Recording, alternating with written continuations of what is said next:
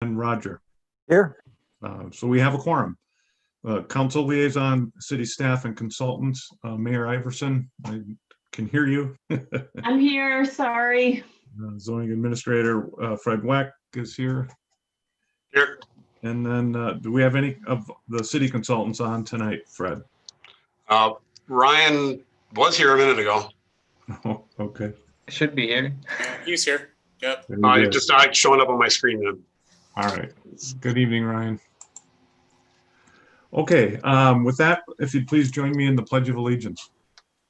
I pledge allegiance to the flag of the United States of America and to the republic for which it stands, one nation, under God, indivisible, with liberty and justice for all.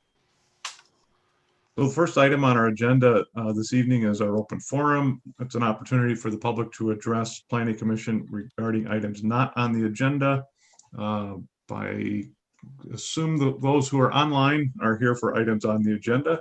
Is anyone here that has a comment for an item not on our agenda tonight? Okay, this item doesn't take a lot of time in our agendas lately, so let's move on then to the approval of minutes. Consider approval of the minutes for the regular meeting of the Wyoming Planning Commission for September 22nd, 2020. I'm going to just go through, see if anybody has any changes or issues. I'll start with you, Roger. Anything, changes? Nope, I saw nothing that I needed changed. Great. Katie? Looks good to me. Brian? I didn't find anything. All right. Is there a motion to approve the minutes? I'll make that motion. And is there a second? I'll second. Motion by Katie, second by Roger. We'll do a roll call vote. Brian? Aye. Katie? Aye. Roger? Aye. And chair votes aye. The motion passes. Thank you. So next on our agenda is the scheduled public hearings. Tonight we have two public hearings related to the proposed Summerfield's first edition. That's at 25903 Kettle River Boulevard. The first hearing is to consider rezoning of the proposed Summerfield's first edition, which includes 19 single-family residential lots on the west side of Kettle River Boulevard. And they are proposed to be rezoned from rural residential 1 or R1 to 1 and 2 family residential or R4. Please note that the preliminary plat will be covered as part of a second public hearing, but both issues are addressed in the staff report. So with that, let's start with the staff report. And Fred, I don't know if you want to kick that off or if Ryan is going to do it or. I just want to say that the rezoning is for both whole parcels, not just those 19 lots. And it's the same with the preliminary plat. It is for, okay, I guess I didn't read that properly. I'm sorry about that. You did read it properly. It's just, there was some confusion when we were talking about how this was going to come together. Okay, so let's just repeat that for clarity. So then the first hearing is to consider rezoning for the entire parcel, and that encompasses two parcels, one on the west side of Kettle River and one on the east side. Okay. The PIN numbers are on the agenda. All right, Fred, thanks for that clarification. Do you want to start with the kind of an overview from the staff report, please? I think Ryan's going to do that. Okay, Ryan, I'm batting 1,000 tonight. That's quite all right. So the request before you tonight is a preliminary plat request for the Summerfield's subdivision. This preliminary plat specifically includes 70 single-family home sites and 57 detached townhome sites. Again, the balance, the way that shakes out is the single-family home sites are on the west side of Kettle River Boulevard, and the detached townhome sites are then on the east side. The specific request, as I mentioned, is a preliminary plat. This area is guided by the comprehensive plan as low density residential, which anticipates development of home sites between 9,000 and 18,000 square feet. So the preliminary plat does just that. It provides a number of home sites that are within that general range. On the east side of Kettle River, that property is guided as mixed use, which would allow office, multifamily, or single family. So the detached townhome is on the sort of lower end of intensity spectrum with regard to the comprehensive plan designation for that side of the site. The lots would, again, as I mentioned, the single family would be generally around 10,000 square feet in size, with around 75 feet of frontage.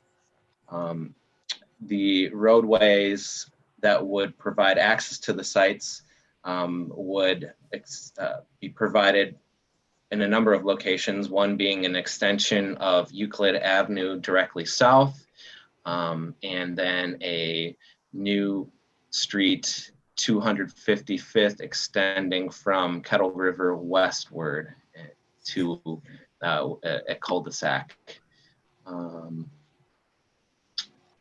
This project has been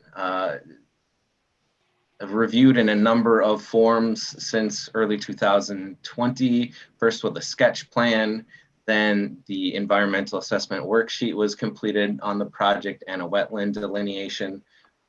All that work is reflected in staff's recommended approval of the subdivision plat. So if there are any, I'll stand for questions at this point.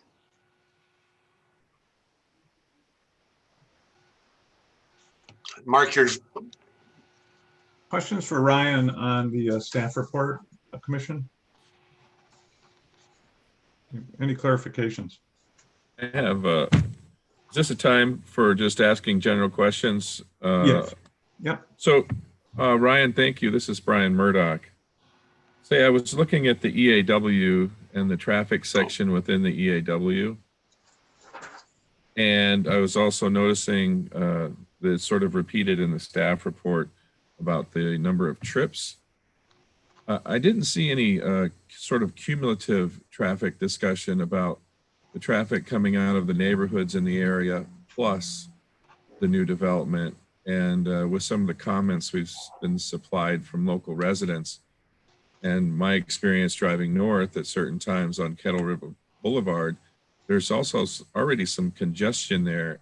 How did we come up with the idea that this really wasn't going to impact traffic? That would be a better question for the city engineer. You know, they certainly look at, there's ways to sort of model traffic and come up with those number of trips, and you know, that those are the considerations that go into that. So I'm not specifically sure. You know, I would, you know, in terms of establishing a new access, the county would certainly have to weigh in and approve that in terms of 255th as sort of a second outlet. The left turn lanes, you know, would be subject to additional study that would provide access sort of off of Kettle River. So there are a number of considerations that would also account for additional existing traffic in the area in terms of engineering. And again, the city engineer sort of looks more detailed into that, and you know, the county itself as a county right away, Kettle River. So that's what goes into answering your questions. You know, I can't point to one thing and specifically. I would just have to kind of defer to the city engineer on that. Okay. I'll stay on the traffic for Ryan and can maybe come back to you, Fred. Brian, I noticed it at one spot in the staff's comments, you talked about the basin depth being concerned, basin 200P, and the depth of the pond. How do you resolve that? I see that comment, you had some concern about it, but what is the resolution? So that would be another one for the engineer. In light of the fact that they're recommending that as just a condition, I'm anticipating that wouldn't be necessarily difficult to overcome, just modifications to the plan. Okay. And I noticed that there's a sidewalk requirement for like Lucid. Is there any connectivity that's being planned between the development and say all the way up to through the other neighborhoods north? If I may. Please. The Joint Park Planning Board looked at that and looked at the possibility of a crosswalk at 258th Street. City engineer looked at that and based on the curve there and the speeds that probably be a bad place to put in a crosswalk. It would be too dangerous. In the city's park comprehensive plan, there is plans for a trail to follow Kettle River Boulevard. Problem is just getting the right way to do it. So that the sidewalk that's inside the plat would allow that connectivity around it without impacting right away on Kettle River itself. So that's kind of where we're at right now with that. The biggest issue and partly with the county also was trying to find space along Kettle River to accomplish that trail. And there's really isn't, because most of it's been developed already. And there really isn't much of a shoulder there on that section of the road, right? No, there isn't. All right, it just seems like that's so a real limitation for people getting to town, at least that are on bikes and walking. I noticed that there wasn't a turn lane required into the development for northbound traffic. And this is to Fred or Ryan, I guess. Is that, that just seems a little short-sighted to me, but is that because there will also eventually be another entrance into the development to the south, so that'll be spread out, or are we talking about one entrance into the entire 70-unit development on the west? There would be a second access point at 255th. So I would just make the comment that just along with the traffic, the paragraph on traffic for this development, having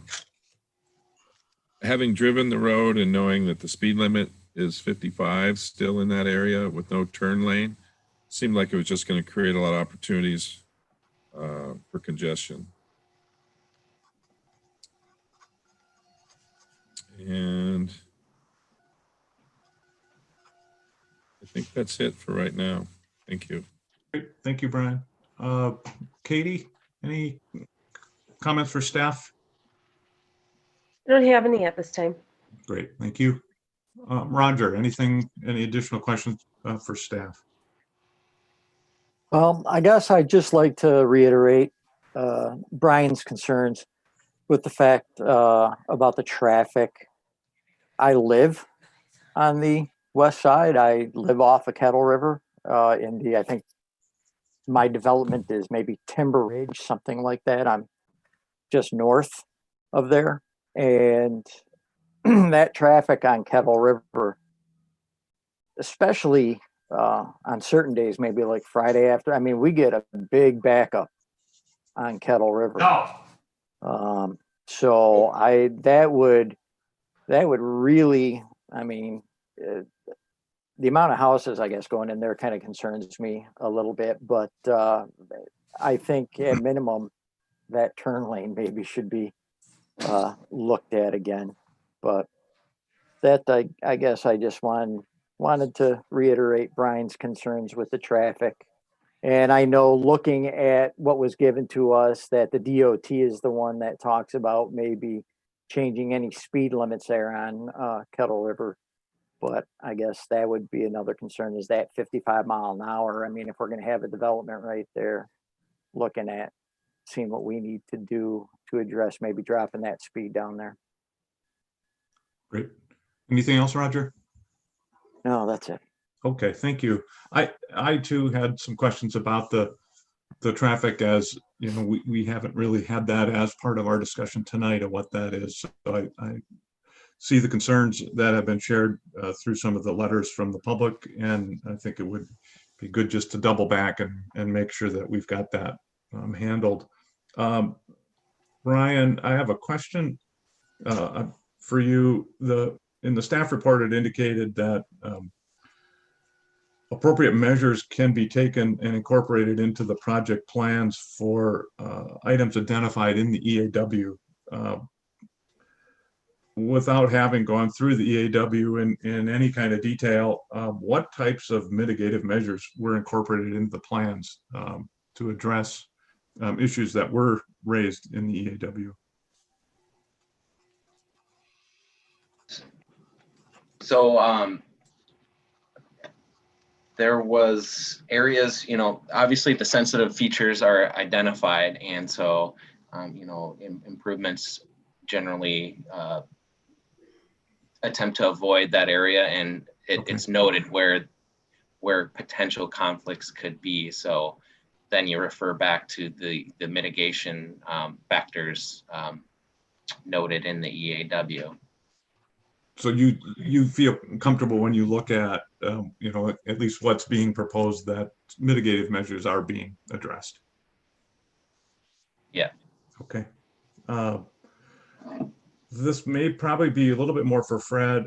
Fred, when the Planning Commission saw the sketch plan back in January, I think we were looking at that point at R3 zoning. And can you just give us a little background of why we're looking at R4 now instead of R3? Yeah, I don't remember what we had in the sketch plan, to be honest with you. But the lot sizes they submitted with the preliminary plat fit the R4 zoning for the 9,000 square feet and the road frontage of 75 for minimums and maximums. So that's where we went with the R4. And there's been a couple different iterations of what was planned between the freeway and Kettle River Boulevard, apartment buildings and some attached townhomes, 8plexes and 4plexes. We've kind of worked our way down to the detached townhomes or villas. Those are going to be more by the shoreland ordinance and the PUD density factors, which I think Brian will discuss a little bit further later. But those were the lot sizes that ended up being there that fit the zoning category. In that case, R4 is going to only apply on the west side of Kettle River, correct? It would apply for both sides. For both sides. You have to have some kind of zoning for it, but truly the PUD will figure the density and lot sizes on the other side, and also impacts some of the lots in the 19 that are submitted for the first edition part. They are also within the 1,000 feet from the shoreland area. Okay, sorry to confuse it with our previous discussion, but at one point we had actually talked about going higher on the east side up to R6, I believe, is what was talked about during sketch plan. So R4 is going to apply to both sides. I had a similar question about the deep ponds. One of the concerns I always have when I see ponds on developments like this, and they're deep ponds, so they're being shown as kind of an amenity, is whether they're going to hold water or not. So while that's not a question to anybody, I always have that concern just with the soil that we have and how things drain. Establishing a pond in this part of the Chisago County is not the easiest thing to do. So hopefully that will be taken into account as we go forward. Fred, we have the applicant as representative tonight. Yes, Jesse Moxness is here and his consultant, Nick Polta. Okay. Jesse or Nick, one of you going to give us kind of an overview of the project, please? Yeah, I'm not sure if Nick's having a little bit of issues with his internet. I texted me, so I'm not sure how good it's going, but yes, you are correct. Hi, everyone. So I just thought I'd say hi here again, and thank you for taking a look at this with us. Some of your questions, like just the most recent one with the R4 zoning, we were, when we talked at sketch plan, going to do a more high density on the west or the east side, the smaller portion, and then just do like the standard kind of R1 one-ish, I guess, would be what we were kind of looking at doing. We couldn't get the traction that we needed to do, it was even pushed around maybe apartments or assisted living type stuff. There was all kinds of stuff kind of pushed around, but essentially it just didn't work for those concepts. And so then we went down to a townhome type product.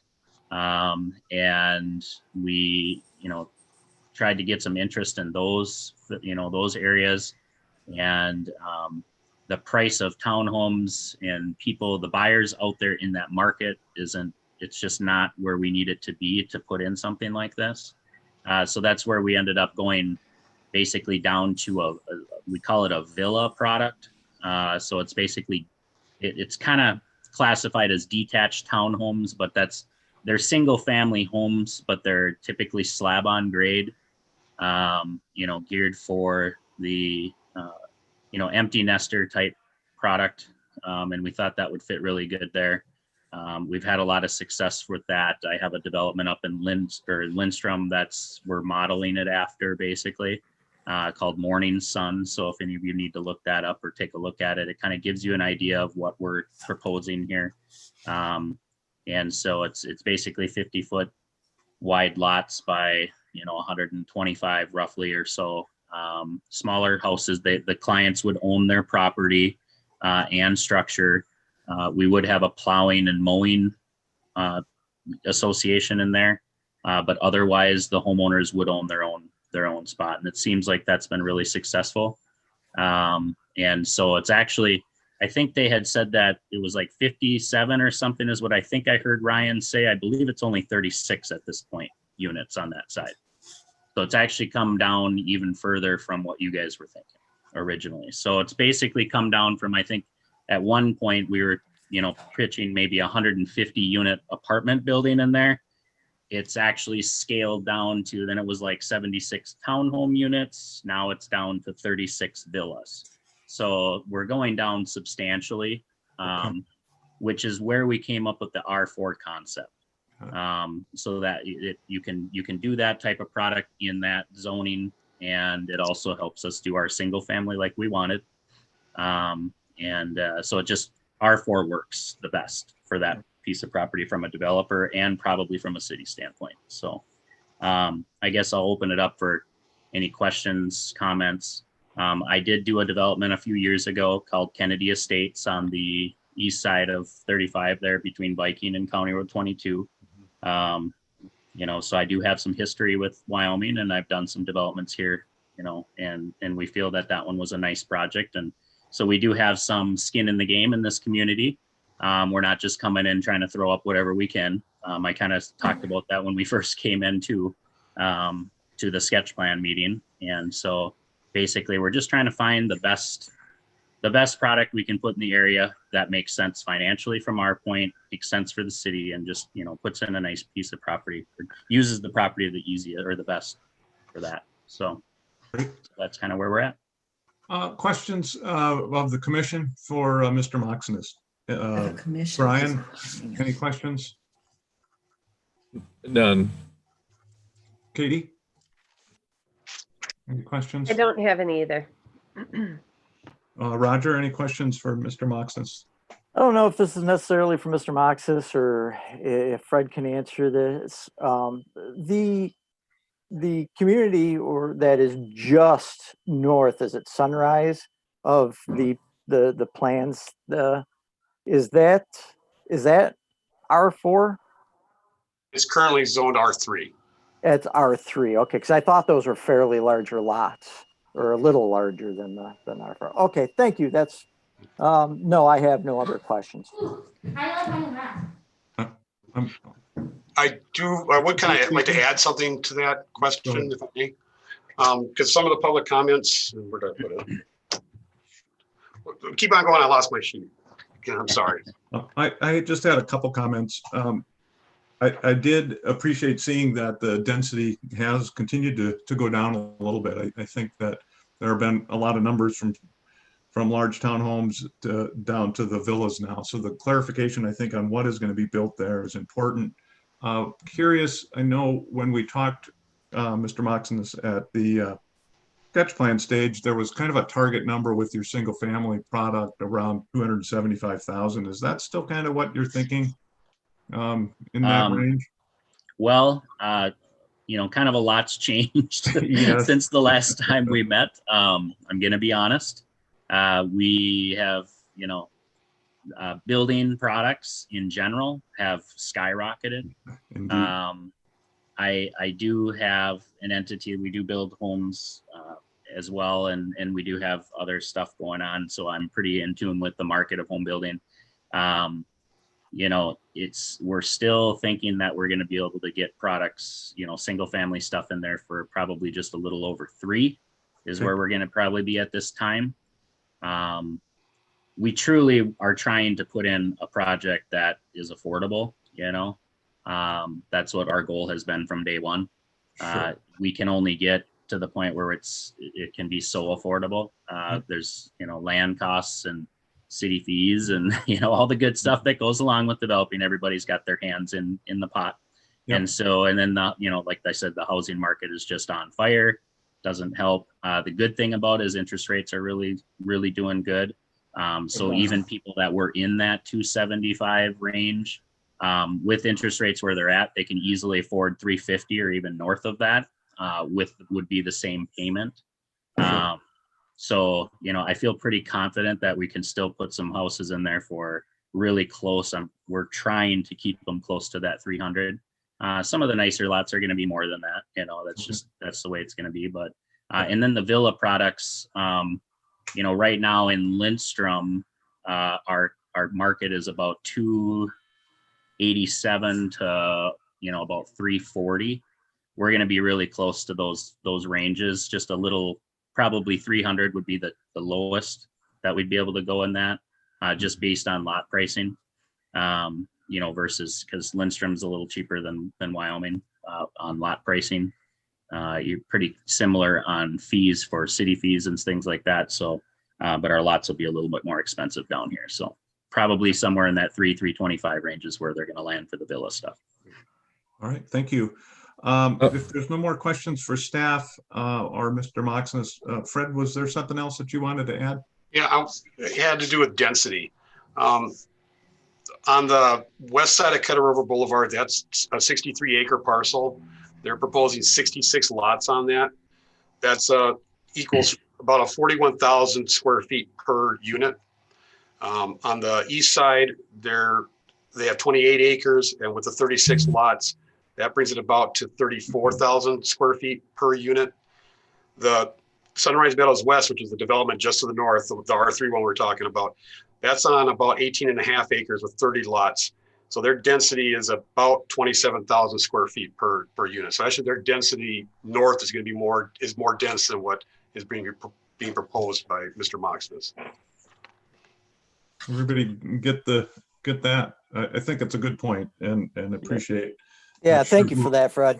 Yeah, great. It was a great question, Roger, and I was kind of wondering that as well. So, well, if there's no more questions, yep, Brian. Sure. I had one more question for Mr. Moxness. Can we get a copy of a sketch plan on what these villas are going to look like? I'm a little confused that they're going to be as expensive as the homes. So I just want to understand that. Yep, I can definitely provide that for you guys if you'd like. I think that would be good. Yep, I have no problem. I think you can. Yes, This is Mayor. Mayor Iverson. I have a question for Jesse. Jesse, it's Mayor Iverson. I know you can't see me. Apologize, technology. No problem. Just a quick question about has there been any changes on the number of houses on the west side? Are you still going with the 66 lots, or do you see that changing it all into maybe a few smaller, less houses in that spot? It's going to be, I think right now it's actually at 69 lots with, there's a house on a lot there that we're trying to make work in the project or salvage. We'll obviously redo it.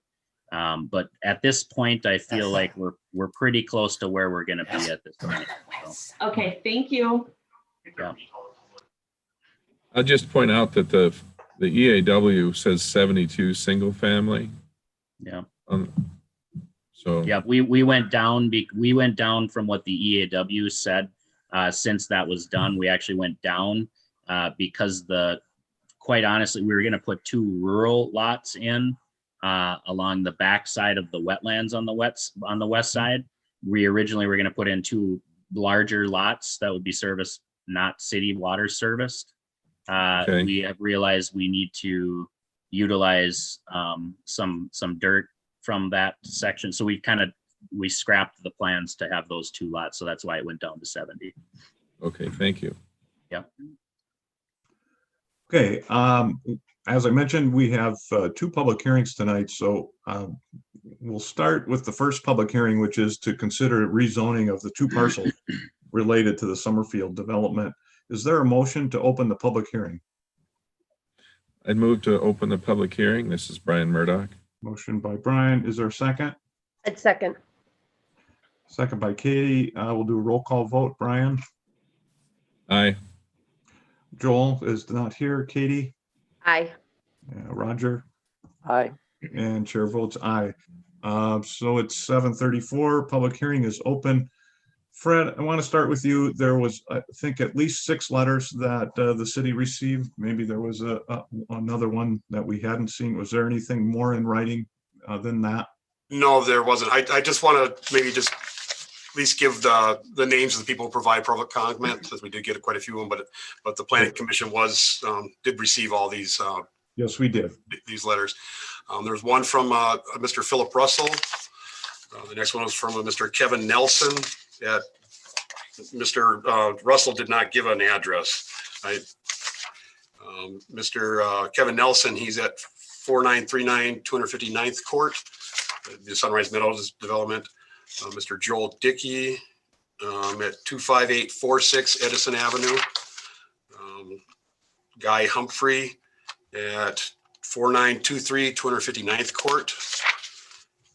Carly Nelson at 4916 259th Court.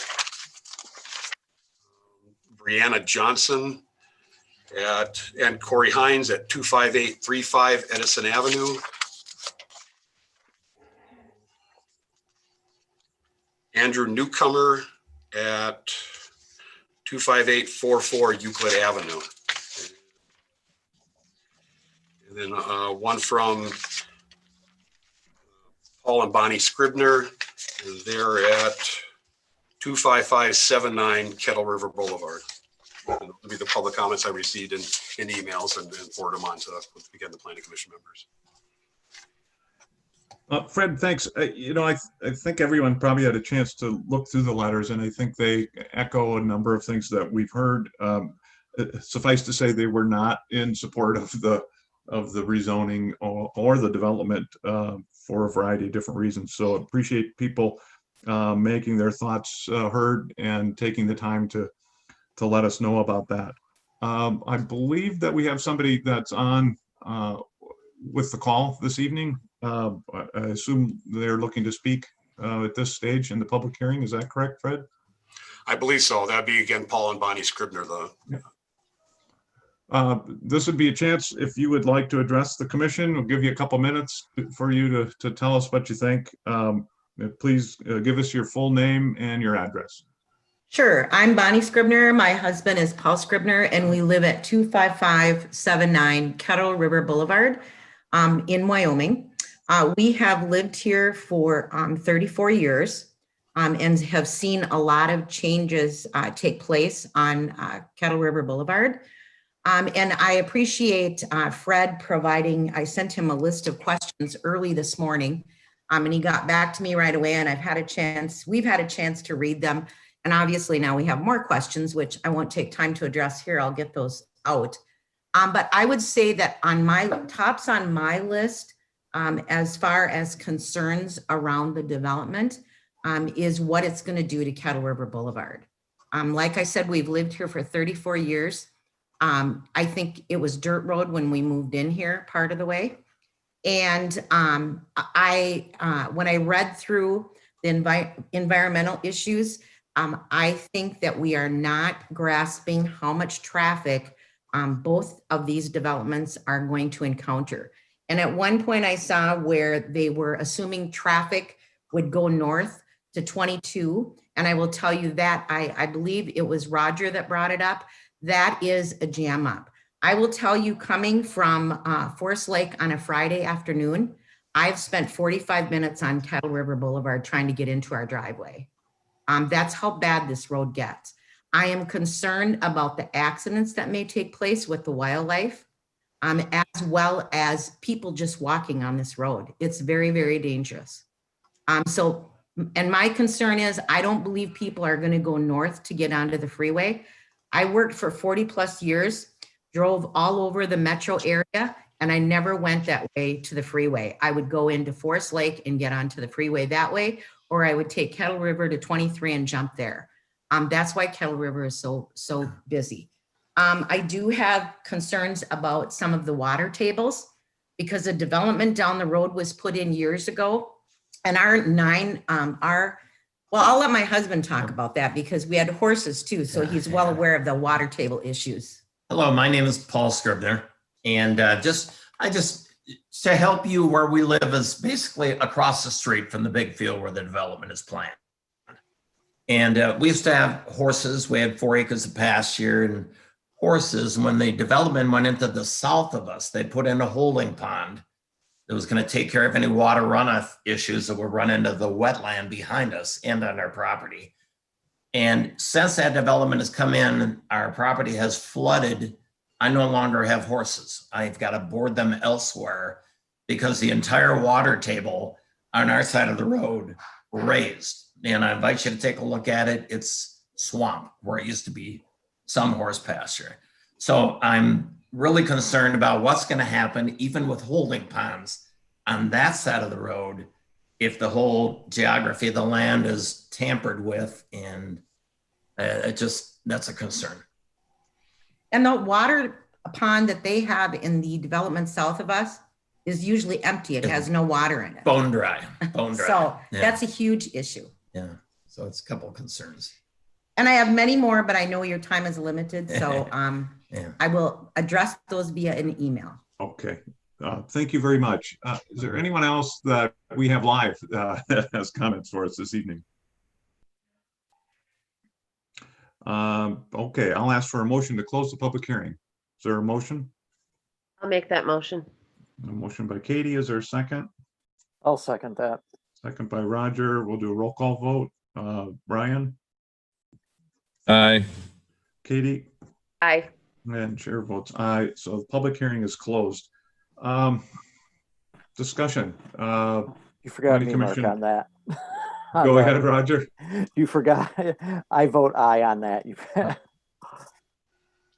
on the motion to close. Oh, okay. Sorry. That's okay. I'm getting ahead of myself. That's all right. Discussion. We've had a chance to see the comments. I think we've heard from both staff as well as the developer. It's an important project. I think we saw it favorably when we first saw the sketch plan. I think there are some issues that have been brought to light. We talked a little bit about traffic this evening, some issues around the ponds and water. Other thoughts that as we consider the rezoning.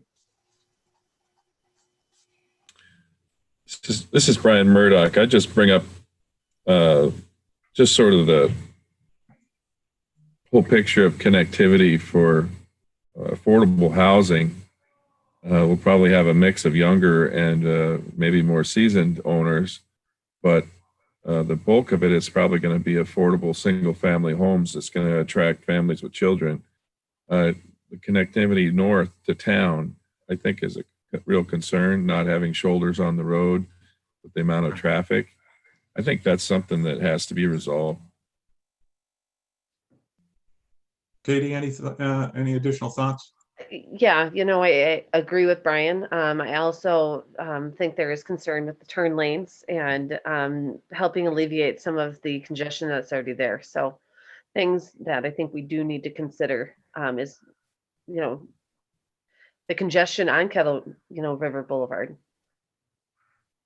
Agreed. I'll remind the commission at this point, we have again, we have two hearings. And so the issue before us is the rezoning of the property. The second issue that we will address in a few minutes is going to be the plat itself.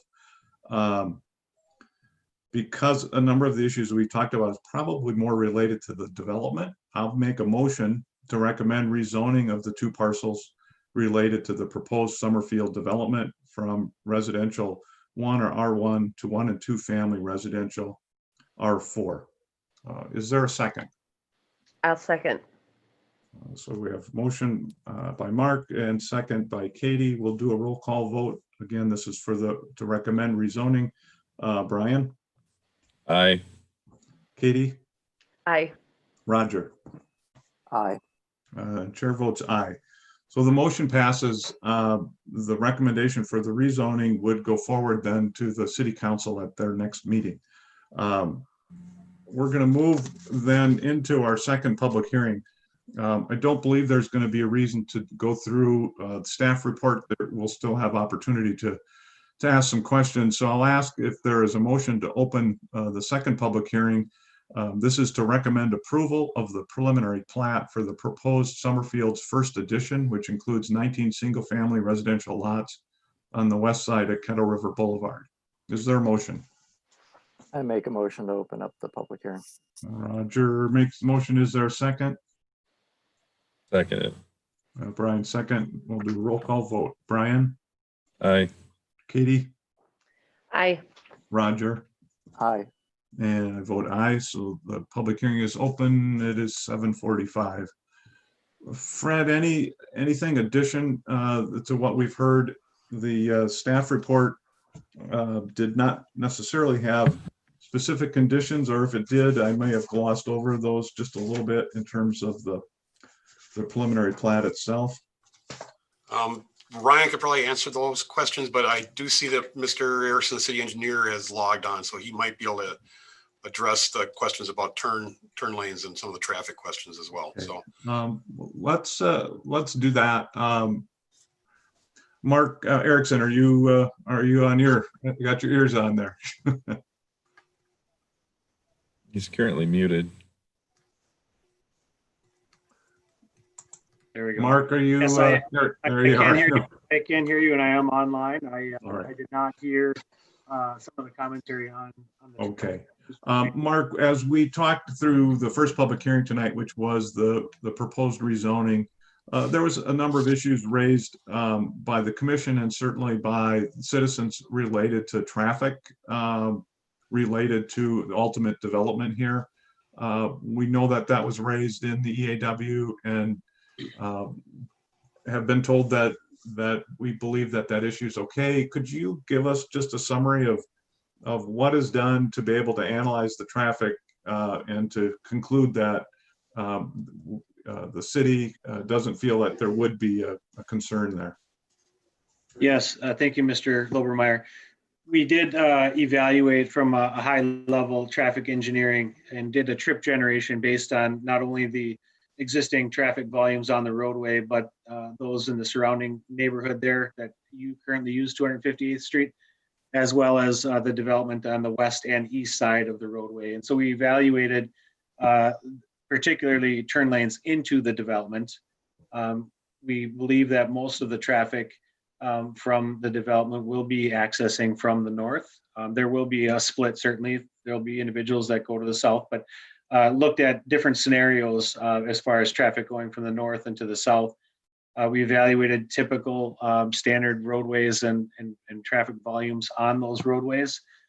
We identified certainly the need for right turn lanes that are into the development that are proposed with the development plan. We looked at left turn lanes and the portion of the volume turning left coming from northbound, coming from the north heading south that would turn left onto the eastern portion of the development did not meet requirements there for a left turn lane. Similarly, we looked at the development with traffic coming from the south. We felt certainly more traffic would be coming from the north, but didn't reach that threshold that would warrant or necessitate left turn lanes. And so we are comfortable with the right turn lanes. Will the development provide more traffic onto the roadway? Undoubtedly, yes, it will. Even on 258th Street, yes, there will be additional traffic, but it certainly doesn't exceed any normal thresholds for traffic volumes. Will it be greater than what's today? Yes, it certainly will. Will people notice that potentially? Yes, I think there will be. But when we run our modeling, it doesn't show significant delays or things of that nature that would warrant anything additional above and beyond that.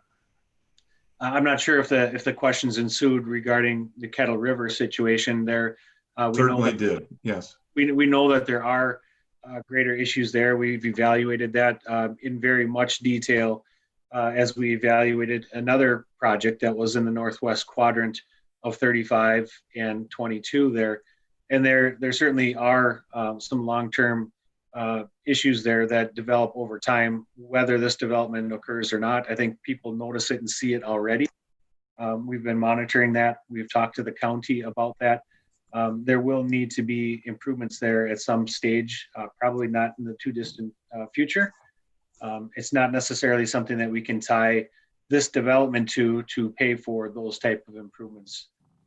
With that development that we looked at, there certainly was a little bit more of a nexus between their improvements, their access point locations, where I think we had a little bit more stronger leg to stand on with regard to having them participate in the solution there because of their access locations. But again, this development doesn't necessarily have that situation. But in summary, we've evaluated this from a traffic engineering standpoint, and we can certainly prepare some more information for the Planning Commission or the council if they would like to see that.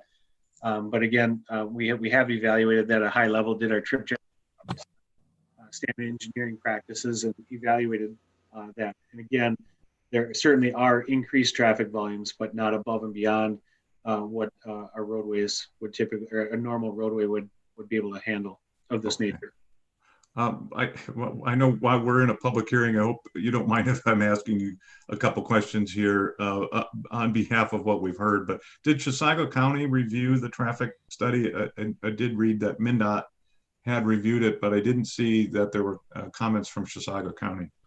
Yes, Chisago County and MnDOT and the city were very active players in that and had many meetings with a lot of different solutions that were evaluated there. And I think we started to lean closer to a roundabout at the intersection there. It may have even incorporated the on and off ramp there to, as you're aware, there's a lot of access points in a very short distance, and that creates a lot of issues there. And we certainly looked at quite a few different solutions, but the county was a definite player in those discussions. Okay, Fred, again, I think it's suffice to say the letters that we've received have addressed both the rezoning and the plat, and I think all 100% of those have been in opposition to the plat. Is there anything that we've missed in terms of the letters, do you believe? I don't think so. I think that the major concerns were traffic for most of it, and some stormwater concerns also. Okay, and then I know the Scribners were online. You commented during our discussion on the rezoning. I'll give you an opportunity if you're still there, if there's something else that you'd like to share relative to the first edition plat, which is the 19 residential lots right off of the west side of Kettle River. Do you have any comments there? I do. I just need some clarification because it's Sure. very confusing, and I've been reading through the information and can't find my answer. But can someone please clarify for me how many entrances from the development on the west side will there be on Kettle River Boulevard? Are they using the echo? Ultimately, there would be two based on the plans that are in our packet this evening. Ultimately, there would be two. I believe there would be one initially with the first phase. And that would be the existing road. That's the existing road. Yeah. That'd be the existing road, 258th Street. And then where is once the development continues to grow or they do additions, where will the second one be then? It'd be on the very south end of the development, down where the field ends and the trees start with the next property. So down at that end of the development. Okay, and thank you for that clarification, because I know we see a little stub out here that's just a little bit north of our driveway. And I'm thinking that would be really close to the other turn where people would be entering. Sure. So that is a concern as well. I guess the other thing that I would like to bring up, and then I'll let my husband have an opportunity, is when I looked through the information and the recommendations of how much traffic there would be in the document that you sent, Fred. I'm just trying to get my fingers on it. I guess I'm concerned because I don't see, when they talk about the number of vehicles that would be coming into the development in the morning, and then the vehicles that would be coming or returning at night. I just look at those numbers and I have to say I'm very concerned about that. I don't believe those are very accurate. When you consider that they will be family homes, I see a minimum of 2 vehicles when it's a family, and sometimes more. And they're only counting like 45 coming home at night. And I'm going, well, I would think more people would be returning from work if they work to get in there. So I'm concerned that we're not capturing the volume of vehicles that will be using this road. The other thing I just chip in there, this is Paul, is that the traffic on this road is very herky-jerky. On a typical Monday afternoon at 1 o'clock, it's pretty quiet. On both rush hours and the weekend and Friday nights, it's nuts. So there are spikes in the traffic. It's not a consistent traffic flow. That's my concern. Because when we can look out here on a Friday night and traffic is stopped in front of our house, backed up all the way to Holiday, busy, for example, 2 weeks ago when the fall colors were peak. Right. It's nuts. And that really concerns me. And when you throw 100 more houses and 200 more cars on this road, it's scary. I usually, the other day I was going to go into town. I said, I'm not going to go. It was the rush hour. And I said, I don't want to go on the road right now. So we're at that point now. And we talk about the increased traffic. It concerns me. So I just, want to highlight that, that is a big concern. I appreciate that. I think that most, if not all, of the planning commission here has experienced at least once or more exactly what you're talking about. So thank you for sharing. Good. That. Thank you. Hearing that concern as well, I'd be happy to put a lot more detail into that for the city council meeting moving forward. I can put together a very detailed analysis to just share a little bit more detailed information regarding that. Great. Thank you. Chair, I just might add that in addition to the information that your models project, maybe you could talk specifically about some of these times where they're talking about backups and how bad it could be versus just that it doesn't model to be a problem, because it's obviously a problem.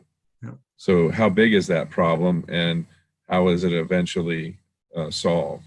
Well, let's consider that as a condition. I think for now, if there aren't any other public comments, I would entertain a motion to close the public hearing.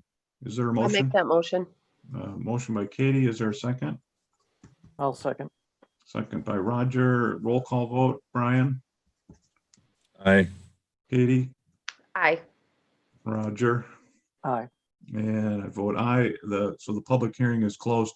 Brian, I didn't want to cut you off there. I just wanted to move into the discussion. So what you said is exactly what I was thinking. I think we're all maybe feeling a little bit like a condition along with the recommendation, but a condition to revisit the traffic study with emphasis on the operations of Kettle River Boulevard, in particular in peak hours, that Friday traffic. I think we've all seen it build up and I've been caught in it. Others probably have been as well.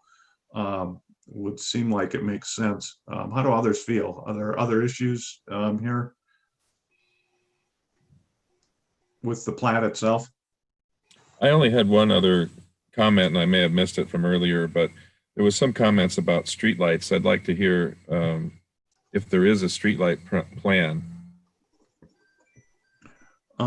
Ryan, can you address that? I don't know if we still have Ryan.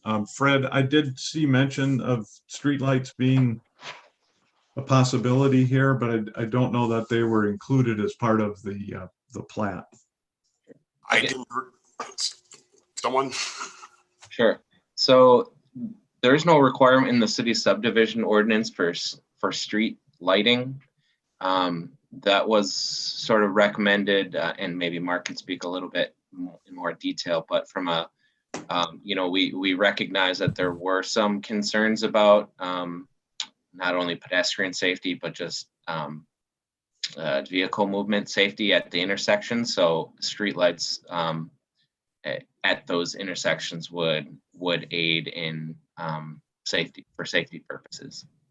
Right, and Ryan, I think that was well said. I think our concern, and by the way, I did just share my screen just to share with the residents that the question about the second, where that access location was, happens to be in the southern portion of the development, just for reference. Fred did a nice job explaining, but a picture's worth 1,000 words, so I thought I'd share that. But with regards to the question on the street lighting, I think the question oftentimes that we see when there's access, particularly at like a road like Kettle River, we've had requests for lighting. We've had concerns about lighting in the past at intersections like this. And so we thought, while there's not a requirement for it within the development, I'm not certain, and maybe the applicant can comment if they intend to have lighting within the development or not, but it's certainly something that is worth consideration at the entrance locations here, both at 258th and that southern entrance as well, just for consideration. And so again, there's not a requirement for it, but I think it's probably something worthwhile to discuss. Jesse, is that something that you could comment on? Yeah, I can comment on that. Thank you. Where on the screen went away, Mark, but if you could put that up again, where the inside of our development, we had where Euclid comes down to meet the new road. Inside of our development, I had planned on putting a street light there and potentially, yeah. So the north entrance from 256 or 258, and then down in the south where our new entrance is going to go, down in that area at inside of our development, I was going to put potentially 2 street lights in there. So that was what I'm talking with XL about doing that. We did put a street light in our Kennedy Estates at that T there as well. So we kind of thought we'd do the same thing here. So, and the other one I think would potentially be at the east side of 258th Street. Correct. Right. And I think we would want to put one there as well. So, because that just makes our development look better. I mean, it costs us money, but which, like I said, I don't want to sound like the cheap developer coming in here, but I definitely don't mind putting money where it definitely is necessary. But I have to reiterate, the goal of this project was to try to keep, prices down. And every time we add things like that, I know it doesn't sound like it, but streetlights are $10,000, $12,000. I mean, they're expensive. Yep. So, we have to balance everything. So turn lanes are expensive. All that stuff is very expensive. Right. And it just essentially gets passed on to the homeowners, and there's a threshold where it'll eventually get too expensive and won't be viable. So we just have to keep that in mind when we do these types of things. So, but I am open definitely to putting in streetlights at those locations that we just discussed. Okay, thank you. I appreciate that. Mr. Chair. Yes. I just want to back from the township, and then when the city and the township merged in our comprehensive plans, there's a lot, and also at least one of the comments that we received today for dark skies, and that was something that to keep that rural flavor. So that's why the zoning ordinance and subdivision ordinance doesn't require streetlights, because we're trying to keep those dark sky conditions as much as we can, and still taking into account for safety, as we've already talked about. Thanks, Fred. That's a great point. And I think trying for that balance is really what we're after. So commission, other comments about the plat now? And again, we're just looking at those first 19 lots in the first edition.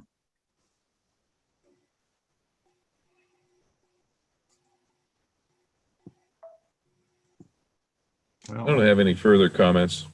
Yeah, thank you, Brian. Katie or Roger, I'm going to assume you. I don't you have any other anything else? comments. I was And- just okay. looking at the Yeah, setbacks and it looked fine. Roger, I guess the only thing is, it was a good thing finding out that the new development is actually going to be less dense than that one north. So, great. Okay, well, there are, on page 2 of the staff report, there are 8 conditions that the staff has recommended. I'm going to make a motion that we recommend approval of the preliminary plat for the proposed Summerfields First Edition, which includes 19 single-family residential lots on the west side of Kettle River Boulevard, with the 8 conditions that are in the staff report. Fred, I assume it's okay if I don't read that into the record tonight. But I would propose that we add a 9th condition to revisit the traffic study, and in particular on Kettle River Boulevard in the peak hour performance that the way Mark Erickson has described to us tonight. So hopefully you can capture that as the condition number 9. Yes. Is there a second? I'll second. Second by Roger. We'll do a roll call vote. Brian? I'd just like to add to your condition. I wasn't able to do that. Your 9th condition. Sure, absolutely. I think that in addition to traffic, I think it should also just be pedestrian safety. Just want to make sure that's in there. Okay, I have no problem with that change. Roger, I'll ask if you're willing to second that with the amendment. I think that is a good addition, and I will second that. Very good. So now we'll do a roll call vote. Brian, again, thank you for that.